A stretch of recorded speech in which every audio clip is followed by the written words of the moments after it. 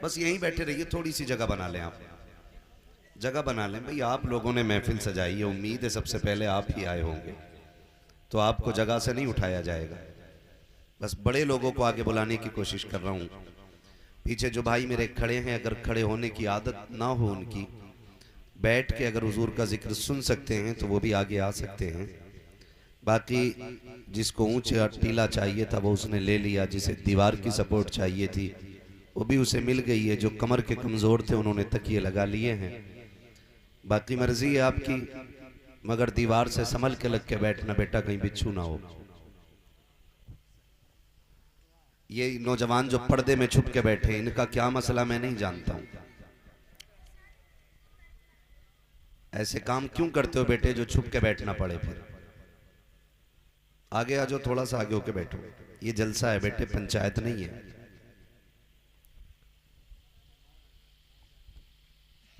अब खैरियत हैं सारे लोग? वो कहाँ है हमारे भाई जिन्होंने दावत दी है हमें?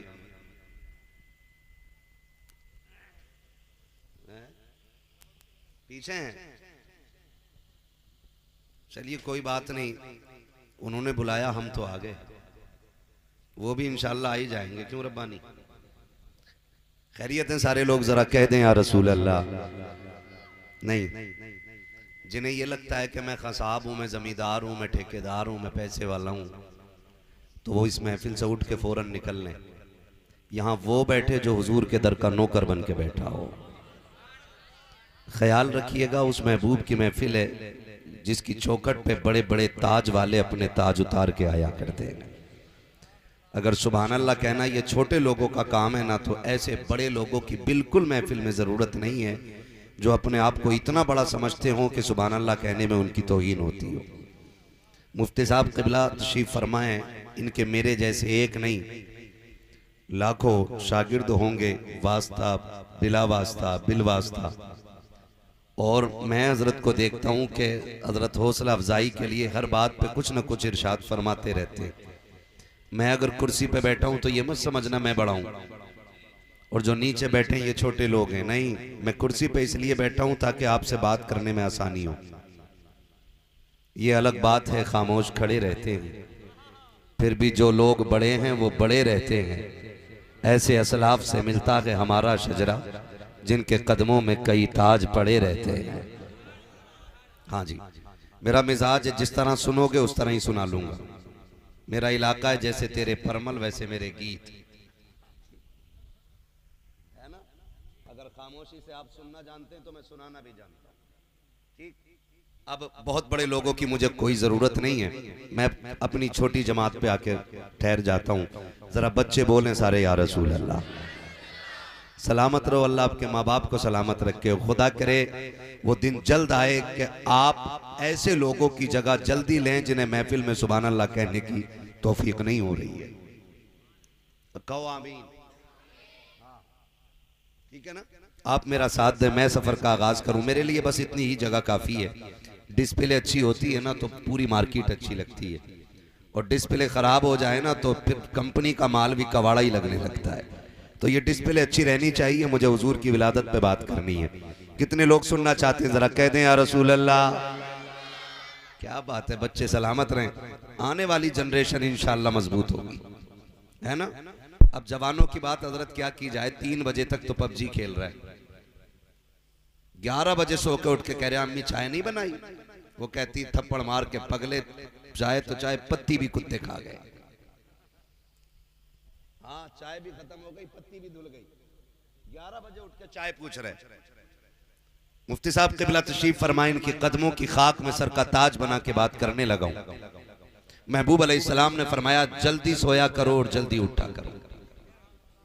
इशा पढ़ के सो जाया करो, फजर पढ़ने उठ जाया करो। क्या क्या मिलेगा? नंबर 1 बरकतें मिलेंगी, नंबर 2 सेहत मिलेगी। फरमाया गया उम्र में बरकतें होंगी, दराजी उम्र होगी आपके पास। तो आदत बना ले जल्दी सोने की, और रब का उसने हमें और आपको जल्दी उठने की। मैं उस कौम से बात कर रहा हूँ। पक्के वाले सुन्नी हम सारे, चाय तो नहीं पीते इधर उधर, रिश्ता फूफी खाला बुआ बना रखी होगी कहीं ना कहीं।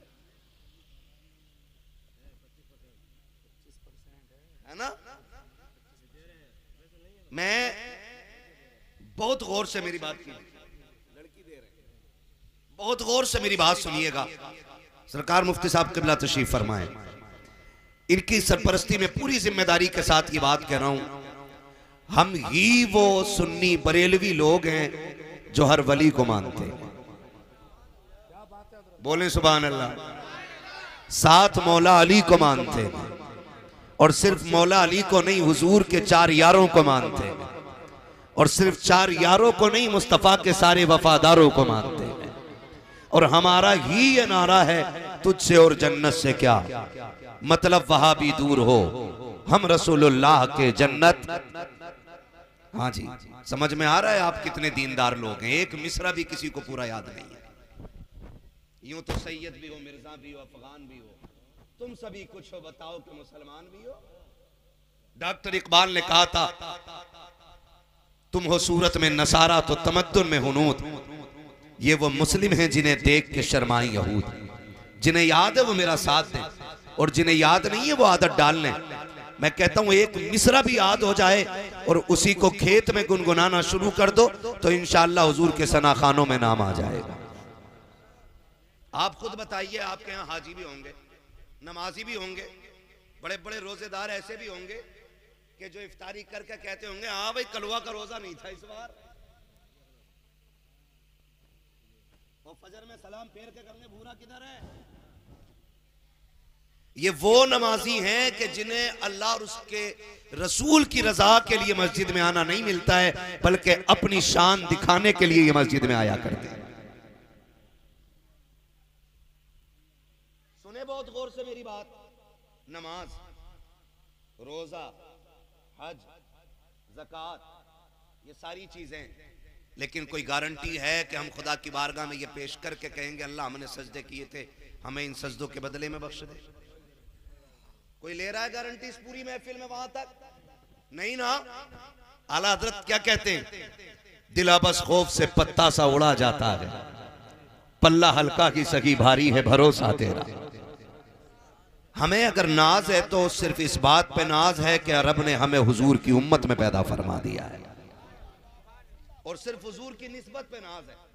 और जब हमें हुजूर की निस्बत पे नाज है ना, तो फिर ये बताइए हुजूर से बना के रखनी चाहिए कि बिगाड़ के रखनी चाहिए?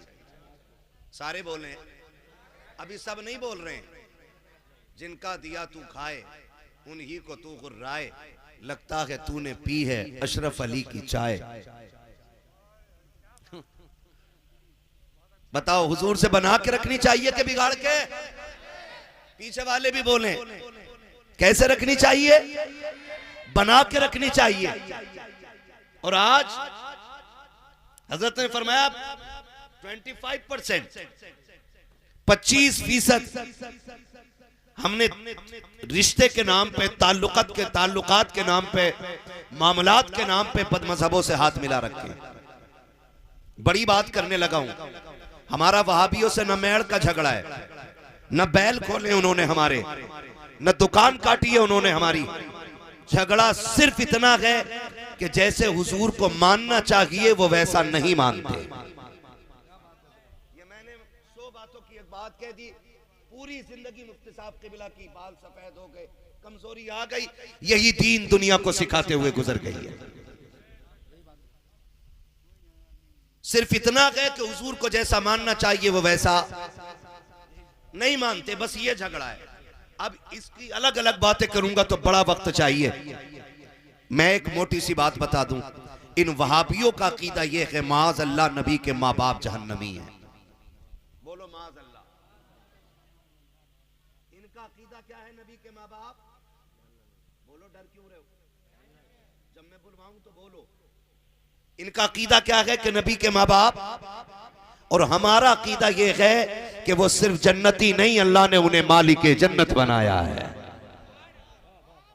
इसलिए कि रब ने महबूब को हर ऐब से पाक पैदा किया। आला हज़रत कहते लमियाती नज़ीर कफी नजरिन मिसले तो नशुद पैदा जाना, जगराज को ताज तुरे सरसो है तुझको शहेद व सरा जाना। आला हज़रत फरमाते आपके जैसा तो कोई देखा ही नहीं। और जिब्रील क्या कहते हैं? सरकार देखे वो कि जब कोई आया हो कहते हैं रोजे अव्वल से लेके आज तक खुदा ने आपके जैसा किसी को पैदा किया ही नहीं।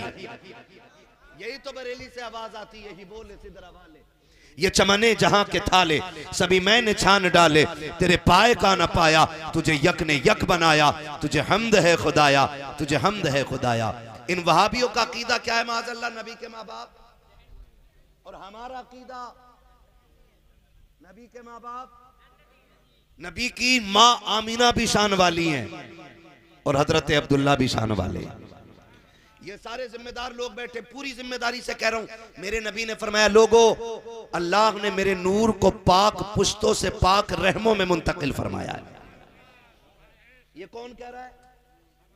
हमारे नबी कह रहे हैं, अल्लाह ने मेरे नूर को पाक पुश्तों से पाक रहमों में मुंतकिल फरमाया। गोया आका बता रहे कि जिन जिन रहमों और पुश्तों में मेरा नूर निकल के आया ना, वो सारे के सारे पाक बनाए अल्लाह ने। हुजूर पाक कहे और वहाबी उन्हें नापाक कहे, तो बताओ मुल्ला सही है कि रसूलुल्लाह की बात सही है? जोर से ये बात उनके कानों तक चाहिए, जानी चाहिए, जो बदमज़हबों को दामाद बना करके घर में बैठाते हैं। और मैं दब के बात नहीं करता हूं, मेरा उसूल है, मैं आईना हूं, दिखाऊंगा दाग चेहरे के, जिसे खराब लगे सामने से हट जाए। सीधी सी बात है। ये कुर्सी मिली है, ये जिम्मेदारी है, कयामत में इसके बारे में हिसाब होना है। जलसों में जाके चापलूसी करके कमेटी की तारीफ करके पैसे तो नहीं लेके निकल लिया था। इतना कड़वा बोल के जाऊंगा कि आखिरी सांस तक मेरी बातें याद रहेंगी। साथ हैं आप मेरे? हैं साथ? हाँ जी, तो फिर बोले जरा या रसूल अल्लाह। हमारा अकीदा है कि हजरत अब्दुल्ला भी शान वाले और हजरत आमीना भी शान वाली है। अशरफ अली थानवी से किसी ने कहा था हुजूर की मिलाद बयान कर दो, तो अशरफ अली थानवी ने यह कहा था मिलाद बयान करने के लिए फजीलत पे कोई रिवायत याद होनी चाहिए, और हुजूर की विलादत और फजीलत पे मुझे कोई रिवायत याद नहीं है, इसलिए मैं मिलाद बयान नहीं कर सकता। मैं कहता हूं ये तुम्हारा गुरु घंटाल है, एक हमारा इमाम है, उसने ऐसी परवरिश की है इस नस्ल की कि जवान तो जवान, अगर बच्चों से पूछो ना कि हुजूर की शान क्या है, बच्चे कहते हैं सरवर कहूं कि मालिक व मौला कहूं तुझे, बाग़े खलील का गुले ज़ेबा कहूं तुझे, तेरे तो वस्फ़ है बेतनाही से हैं बरी, हैरान हूं मेरे शाह में क्या क्या कहूं तुझे। भाई मुझे भाई मैं बता दूं तुम्हें, अल्लाह आपको जज़ाए खैर दे, मैं छत्तीसगढ़ से आया हूं, सोया नहीं हूं अभी, मुझे नींद लग रही है, मुझे कम वक्त में बात पूरी करनी है, ठीक है ना? नारे पहली बात तो अब रोक ही दें, और लगाएं भी तो निहायत मुख्तसर लगाएं ताकि मौलवी सांस ले ले। लगाएं भी तो मुख्तसर लगा दे ताकि मौलवी सांस ले ले, और यही नहीं बात बात पे नारा लगा, जब लगे कि मौलवी थक गया फिर लगाना। आपकी क्या राय है? बोले जरा सुभान अल्लाह। नबी की माँ भी शान वाली और नबी के बाप भी हजरत अब्दुल्ला कहां पैदा हुए? नीचे वाले बोले, मिंबर वाले ना बोले, कहां पैदा हुआ हुजूर के वालिद? सलामत रहे जो जवान बोले माशाअल्लाह। कहां बोले? मक्का शरीफ में पैदा हुए नबी के वालिद, और वालिदा कहां पैदा हुई? सलामत रहे मेरे भाई। हाँ, उम्रें गुजर गई, अल्लाह की नेमतें खाते खाते दांत टूट गए, अपने हुजूर की जिंदगी याद नहीं इस कौम को। हाँ, अल्लाह इस जवान को सलामत रखे जिसने पूरी महफिल का भरम रख लिया है। हाँ, हजरत अब्दुल्ला कहां पैदा हुए? मक्का शरीफ में। और हजरत आमीना कहां पैदा हुई? मदीना शरीफ में। मदीना शरीफ से मेरे हुजूर का बड़ा गहरा ताल्लुक है। हुजूर का ननिहाल भी मदीना है, हुजूर के वालिद का ननिहाल भी मदीना है, और मेरे नबी के दादा का ननिहाल भी मदीना है। इतना गहरा ताल्लुक सरकार का मदीने शरीफ से है। हजरत अब्दुल्ला, लोग मिलाद मनाने पे पाबंदी लगाते हैं हुजूर के जिक्र पे, सुन नबी के वालिद वो हैं कि जिनका तज़किरा ज़ुबूर और इंजील में होता रहा है। मैं हुजूर की बात नहीं कर रहा हूं, हजरत अब्दुल्ला की बात कर रहा हूं कि जब हजरत अब्दुल्ला मक्के में पैदा हुए तो बनी इसराइल में कोहराम मच गया। जो उस कौम के उलमा थे चीखने लग गए, कहा क्या हुआ? कब नबुव्वत बनी इसराइल से जाने वाली है। किधर के बनी इस्माइल में। अब ये नबुव्वत हमारे दरमियान से जा रही है, अब तक हमारे कबीले का एजाज था। कहा क्यों? कहा सुने, जिनके घर में आखिरी पैगंबर आएंगे ना वो अब्दुल्ला पैदा हो गए। लोगों ने कहा किधर पैदा हुए? कहा हमारी किताबें बता रही हैं एक वादी, एक मकाम है जो दो खजूरों और दो पहाड़ियों के बीच का मकाम है, उसे मक्का कहा जाता है, वहां पैदा हो गए। क्या किया जाए? तो दानिश्वरों ने बैठ करके फैसला किया, ऐसा करो ना मोहम्मद को आने ही ना दो माज़अल्लाह।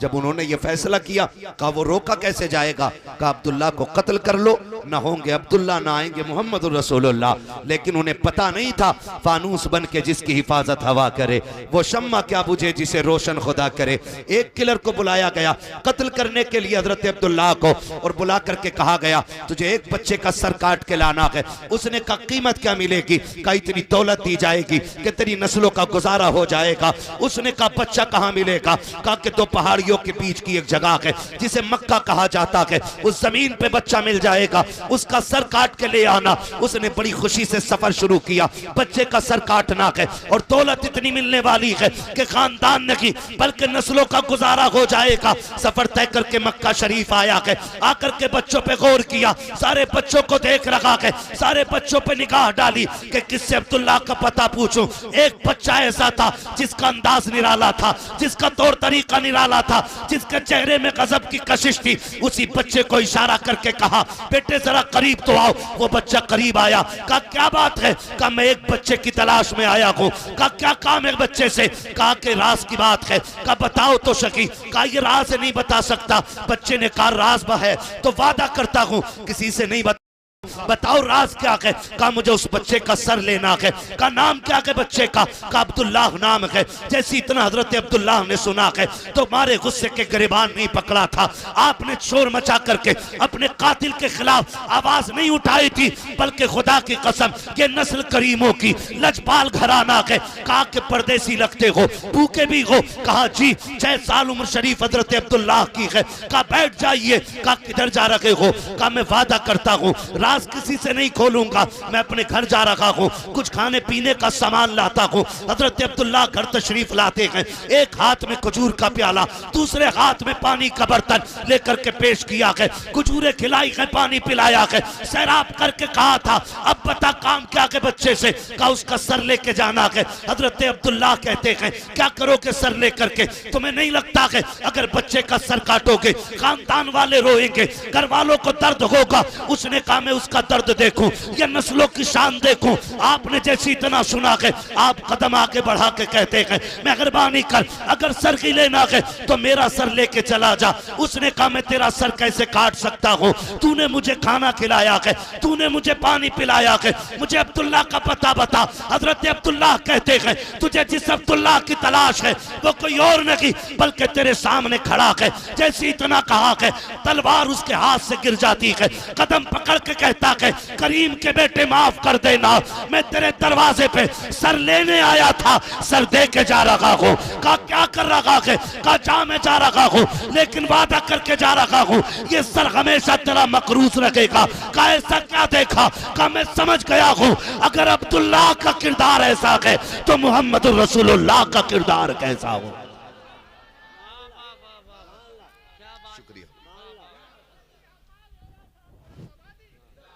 तवज्जो है सारे लोगों की? ये मेरे नबी के वालिद हजरत अब्दुल्ला। कातिल ने कहा था अगर अब्दुल्ला ऐसे हैं तो फिर रसूलुल्लाह कैसे होंगे? अगर उनकी अजमत पे बात करूं मुकम्मल तो मुकम्मल वक्त उन्हीं पे बात करने में गुजर जाएगा। याद रखिएगा इधर हजरत अब्दुल्ला हैं, उधर हजरत आमीना है। बोले सुभान अल्लाह। आप तवज्जो मेरी तरफ रखें भाई, काम खामोशी से करने। तवज्जो है? जरा कह दे या रसूल अल्लाह। और जोर से बोलो। नहीं नहीं लग रहा है थक गए। थके तो नहीं है ना? अगर इजाजत हो तो मैं सफर का आगाज करूं, लेकिन कहूंगा ये कि जरा सारे बोल दें या रसूल अल्लाह। वल्लाह वो सुन लेंगे, फरियाद को पहुंचेंगे। इतना भी तो हो कोई जो आह करे दिल से। हाँ जी, हुजूर को जब भी पुकारा करो ना तो दिल से पुकारा करो, मौलवी की टोका टाकी से। अगर तुमने या रसूल अल्लाह कहा भी तो फिर तुम्हें मिलेगा क्या? दिल से हुजूर की बात आया करे ना तो सिर्फ हाथ नहीं बंदों के दिल खड़े हो जाने चाहिए। दिल बोले जरा खुल के या रसूल अल्लाह। मजा आ गया, सुभान अल्लाह। आपके पीछे वाले लोग भी हमारे साथ हो गए, खुदा सलामत रख के बोले और जोर से या रसूल अल्लाह। ये हजरत अब्दुल्ला है और नबी की अम्मी पे बात करें, इजाजत है? नबी की अम्मी का नाम क्या है? सैयदा, क्या बात है, सलामत रहे, आमीना। आमीना चाहो तो कहो अमानत वाली, चाहो तो कहो ईमान वाली। हाँ, ये सैयद आमीना मदीने शरीफ में पैदा हो रही, वहब बिन अब्द मन्नाफ के आंगन में, और बचपन ही से शान निराली, तौर तरीके निराले, सारी बच्चियों से अलग थलग रहना, किसी से कोई मजाक नहीं, किसी से कोई बेहुदा गुफ्तगू नहीं, बल्कि अल्लाह ने नबी की अम्मी को यह शान अता की थी कि अगर बड़ी उम्र की औरतों में बैठकर भी सैयद आमीना बोलती थी ना, तो बड़े बड़ी तजर्बाकार औरतें भी आपकी बात को कान लगा करके सुना करती थी। अल्लाह ने यह फाहम फिरासत सैयद आमीना को अता फरमाई।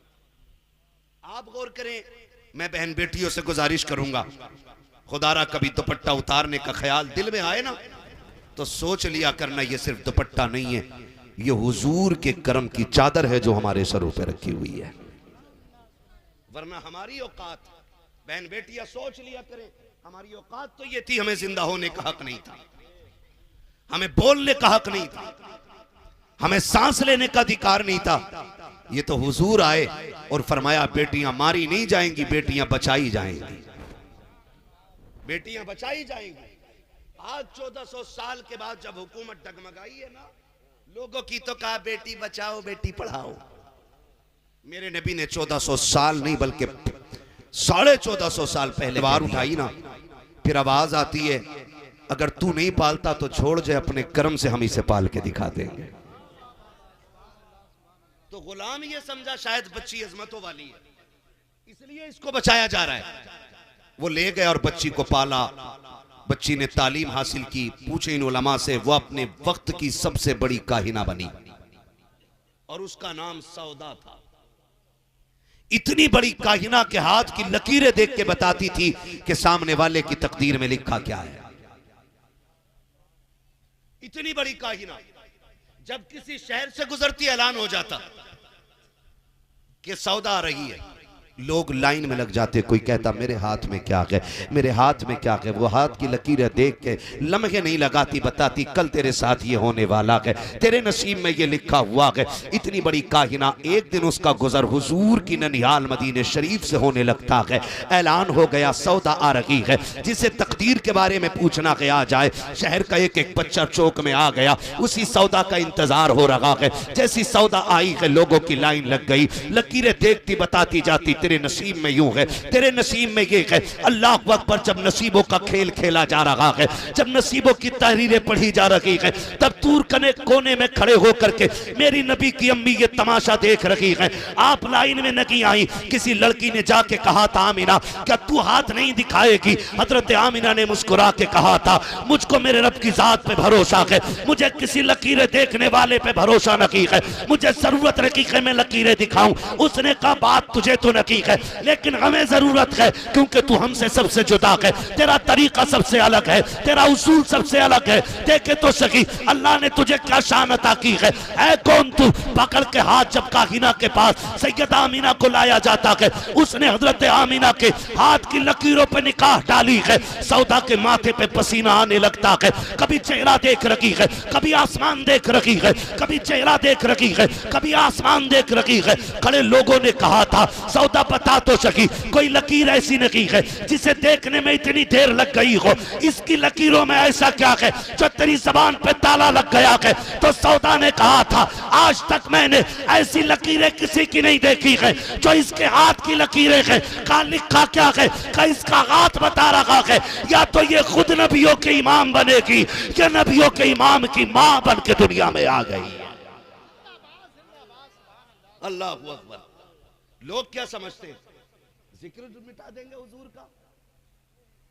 मैं कभी गौर करता हूं, ये वही सौदा है जिसे खुदा ने बचाया था, जिसे और खुदा ने इसलिए बचाया था कि इसके जरिए महबूब की आमद का ऐलान कराना था। पता चला जो उनकी आमद का जश्न मनाया करते हैं या उनके आने के नारे लगाते हैं वो कभी मारे नहीं जाते हैं, खुदा की रहमतें हिफाजत किया करती हैं। अल्लाह अकबर। इधर हजरत अब्दुल्ला जवान हो रहे, उधर सैयदा आमिना जवान हो रही। अब्दुल्ला वो हैं जिन्हें मक्के का यूसुफ कहा जाता था। हाँ, इतने खूबसूरत, इतने हसीन कि लोग इनको मक्के का यूसुफ कहते थे। एक यूसुफ मिस्र में आए, हाँ, वो हजरत याकूब के यूसुफ हैं और ये मक्के के यूसुफ कहे जाते। इतने हसीन थे कि लोग राहों में खड़े रहते थे एक झलक देखने के लिए। और हसीन क्यों ना होते, इनकी पेशानी में मेरे महबूब का नूर जो जगमगा रहा था। हाँ, वो हंसी क्या जो फितने उठा कर चले, हाँ हंसी वो जो फितने दबा कर चले। हाँ, हया का आलम ये कि नजरों पे पहरे रहते थे, कभी निगाह उठा के किसी गैर महरम को नहीं देखा। ये हजरत अब्दुल्ला की हया का आलम। औरतें पेशकश करती थी, लड़कियां, अब्दुल्ला मुझसे निकाह कर ले, मुझसे निकाह कर ले। मुस्कुरा के कहते थे, सुने, जिनके बड़े घर में मौजूद होते हैं उस घर के बच्चे फैसले नहीं किया करते। समझे कुछ? समझे कुछ? हाँ, मुफ्ती साहब क़िबला फरमा रहे हैं, अपना माहौल देखो। वो दौरे जाहिलियत के अंदर भी ऐसे हया वाले थे। लड़की मुंह से कहती थी, अब्दुल्ला निकाह कर ले, 100 ऊंट दूंगी, वो भी सुर्ख ऊंट। हाँ, सुर्ख ऊंट। आज का अरबपति इतना अमीर नहीं होता जितना उस वक्त के 100 सुर्ख ऊंटों का मालिक अमीर होता था। निकाह कर ले, फरमाया नहीं, ये फैसले हमारे बड़े करेंगे, ये फैसले हमारे बड़े करेंगे। आप भी कह दिया करो ये फैसले बड़े करेंगे। ये जो 3 घंटे फोन कान पे लगा के मच्छरों से कटवाते रहते हो ना नाली पे बैठ के, और फिर कौम का बेड़ा ही गर्क होता जा रहा है। कंडीशन है ये हमारी।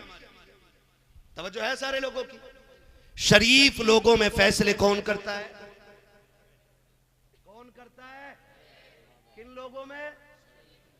रजीलों में छोटे कर लेते, जलीलों में छोटे कर लेते, लेकिन शरीफों में, बोलो यार, डंडी तो नहीं मार रहे हो? कभी दिल में खोट है और यहां बैठ के मजबूरी में मौलवी के सामने बोलना पड़ रहा है।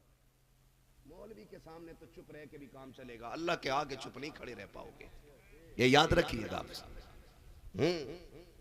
तवज्जो है सारे लोगों की। आप मक्के में पैदा हुए, हसीन थे, खूबसूरत थे और बेहद शरीफ भी थे। हजरत अब्दुल मुत्तलिब को फिक्र लाई कोई के कहां से लाऊं इसके लिए मैं शरीफ लड़की। इसी फिक्र में रहते थे। एक दिन हरम शरीफ में लेटे थे, आंख लग गई, ख्वाब में हसीन और महजबीन बुजुर्ग आए और कहने लगे, अब्दुल मुत्तलिब बेटे के रिश्ते को लेकर परेशान हो? कहा जी। फरमाया परेशान ना हो, अल्लाह ने आपके बेटे के लिए लड़की का इंतजाम मदीने में कर दिया है। मदीने शरीफ में। कहा किधर? कहा सुबह उठना, वहाब बिन अब्द मनाफ के दरवाजे चले जाना। उनकी एक बेटी आमीना है, एक बेटी आमीना है, उनसे जाके बेटे के रिश्ते की बात कर लेना। तो हजरत अब्दुल मुत्तलिब कहते हैं, आप हैं कौन? आप हैं कौन? तो फरमाते, मुझे इब्राहिम खलीलुल्लाह कहा जाता है। पता चला रिश्ते जितने बड़े होते हैं, रिश्ते कराने वाले भी उसी शान के हुआ करते हैं। आज तो पौवा मार के रिश्ता करा रहे आगे, मसली भरी पी और कह रहा मुखिया करोगे रिश्ता लड़के का? फला जगह समझ लेना भाई किस क्वालिटी का बंदा है। ख्याल रखिएगा, जितने अच्छे लोग होते रिश्ता कराने वाले उतने अच्छे लोग होते। अल्लाह के खलील को आना पड़ा है। हजरत अब्दुल्ला के रिश्ते के लिए उठे, बेटों को साथ लिया, मदीने पहुंच गए। इधर हजरत वहाब बिन अब्द मन्नाफ, रात को बेटी सोई आमीना और बैठे हुए, आंख में आंसू आ गए। आपकी ज़ौजा पूछती है, क्या खैर है, क्यों रोए? कहा मैं सोच रहा हूं आमीना का निकाह कहां करूं, इसके जैसा लड़का कहां मिलेगा। जब बेटियां जवान हो जाती हैं ना तो बाप की आंखों की नींद उड़ जाती है। बाप कमजोर होने लगता है क्योंकि बेटी जवान हो गई है। इन हराम खोरों को, भिकमंगों को क्या पता 10 लाख भीख मांग करके अपने आप को जिम्मेदार ठेकेदार कहते हैं। इनसे बड़ा कुत्ता जमीन पे कोई नहीं होता है। इनसे बड़ा कुत्ता कोई नहीं है जमीन पे जो डिमांड करे। रिश्ते ऐसे नहीं होते बेटियों के। और ऐसे ही वो बिचौलिया जब बेटी का रिश्ता कराते तो कहते हैं लड़का 70,000 कमा रहा, और कमाता नहीं है 70 रुपए भी। मुफ्ती साहब ये कह रहे हो, अभी मोबाइल पे देख पा रहे हो, अपने अब्बा के डलवाए उसने 70,000 इसी महीने की तनख्वाह। तो लड़की वाला सोचता है यार ठीक ठाक है, मांग तो ना ना ना मांगू कुछ ना, लेकिन वो जो बराबर के गांव वाले ना वो 15 लाख दे रहे हैं, इनकी मांग कुछ ना। वही मसला है कि तुम्हें जो है कम से कम 20 देने पड़ेंगे।